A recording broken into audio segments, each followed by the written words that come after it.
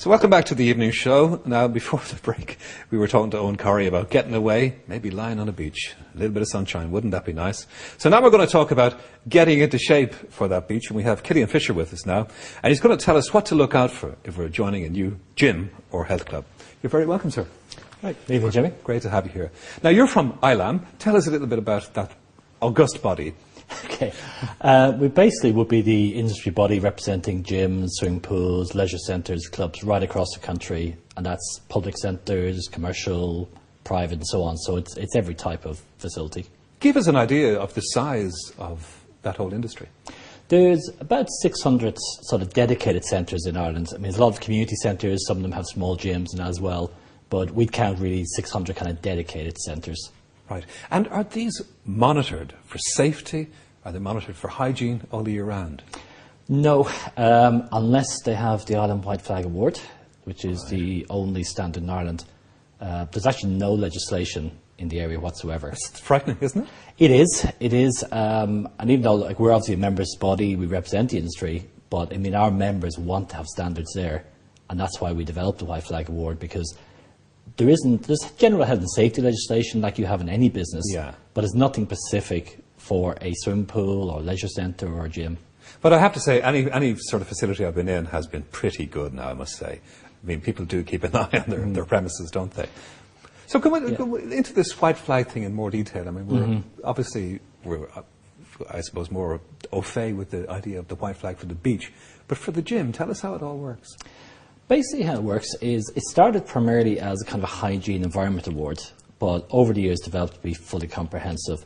So the things, I mean, looking from a consumer or user point of view, I mean, the things you would want if you're going to a gym is you want staff who are going to be trained and qualified. You want them to be able to train you properly, give you proper advice. So part of the white flag is making sure that not only those staff are qualified, but they're continually trained, they're continually updating themselves.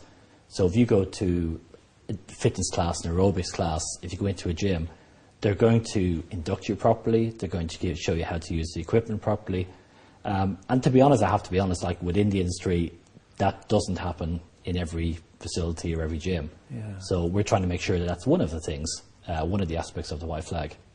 Because I know if I'm absent from my gym for any length of time, my lovely instructress, Gillian, will always do a complete check, blood pressure, everything, to make sure that you're ready to go back. So, I mean, there is a huge safety aspect to this, isn't there? Yeah, absolutely. And, I mean, we tied up with Aviva over the last couple of years, and what they were very keen on was the whole safety side. I mean, even though we had developed a white flag right across everything, so cleanliness, training, water quality and so on, when we actually started looking at it purely from a health safety point of view, we actually found that over 90% of the criteria have some safety aspect. Because I mean, if you're going into a facility using a swimming pool, you know, I mentioned there's about 600 facilities. About 500 of them have swimming pools or spa pools. Now, I want to encourage people to go swimming, by the way, so we don't want to put them off. No. But at the same time, there are dangers there. We have to say there's dangers in the water quality. There are also dangers in supervision. So again, part of the white flag standard is saying, you know, there must be certain levels of supervision there.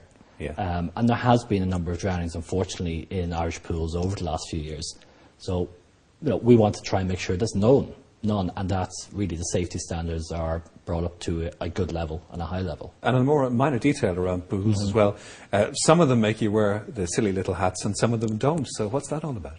I suppose I'd be a little bit careful here. Yeah, I mean, to be honest, wearing swimming hats, I'll probably get shot for this, are not really any great barrier to the pool water cleanliness. The big thing, and one thing I'm really trying to encourage people to do, is to shower before going into the swimming pool. And a lot of pools are very good and really trying to encourage people, trying to educate when schools come in and say to children, really important you shower beforehand. Because without getting too graphic, if you think about, you know, you've had a rough day. Rough day, you're sweating, you've perfumes, you've whatever. Think of all that coming into the swimming pool. So the big message really is, and again, it's not a criteria in the white flag, is to make sure that showers are accessible before you go into the pool, not just after, to have the education, the notices up. And the best way is through schools. You know, a lot of the pools have school swimming, and it's getting the swimming teachers to then educate the pupils as to how important it is, they start badgering their parents when they go swimming. Oh no, mommy, daddy, you have to go for a shower, you have to clean yourself up. Yeah. You know, it's the best way of educating. Yeah. You know, most pools do have good water quality, but it's a hard thing to get the balance right, particularly when they're very busy pools. You've got a lot of people coming in. So it is important that the staff are trained, that they're managing the pool correctly. And there's a lot in the chemistry, there's a lot goes on behind the scenes. Yeah. You know, if you ever go into, you know, a plant room of a swimming pool, there's a lot of machinery, a lot of equipment involved. So they have to be trained properly and qualified to use that. But this time of the year is the time for making all the promises. I'm going to work out 3 times a week after Christmas and lose all that weight, et cetera, et cetera, et cetera. Now, if you're joining a gym or a new health club or whatever, should you be looking out for a white flag? Seriously? Absolutely. Yeah. And the one thing I would say, you know, we have, you know, there's 89 white flags awarded last year. That's not to say that the standard of the other 500 plus are below par. Yeah. But we want them to all come into the white flag to basically prove and put their flag up and say, look, we can prove we're meeting the standard. We're as good as Joe Bloggs around the corner. The message I said at the beginning is there's no legislation.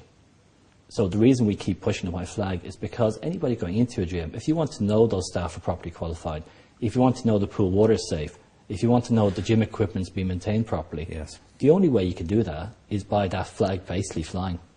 Yes. You know, so you know, there might be a lot of other facilities, and there is a lot of other facilities that are good, but we just want them to come in and basically show the standard and prove they're up to that. Okay. Everybody's always looking at costs as well, particularly going into this time of austerity.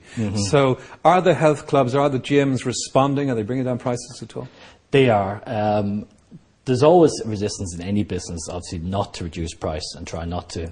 But obviously, with the economic times, as we're all kind of sick of talking about it, we are on that. We are on that. There is high levels of unemployment and so on. The good news is that usage in gyms and pools has actually started climbing steadily back up. I mean, over the last 2 years, there has been a bit of a decline, but it's actually coming back up. And in a lot of the clubs we're talking to, the usage is way up on what it was over the last couple of years. And the reason being, answering your question, is because they have reacted to the market.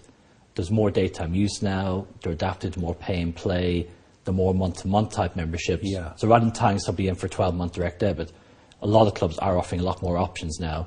So you don't have to necessarily commit for 12 months. You can do a month-to-month. You can do pay and play in some facilities.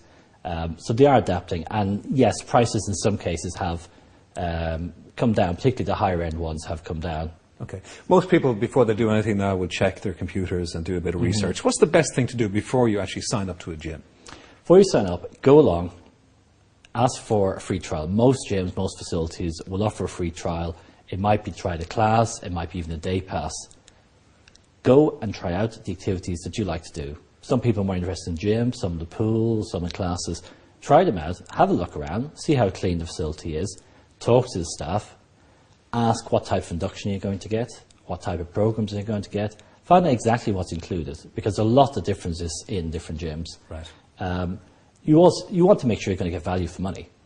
And you have to be realistic. How often are you actually going to use the facility? So what's the best type of membership for you? Okay. Wise words indeed. Thank you very much, Kilian, for coming in and talking to us. Thank you, Jimmy.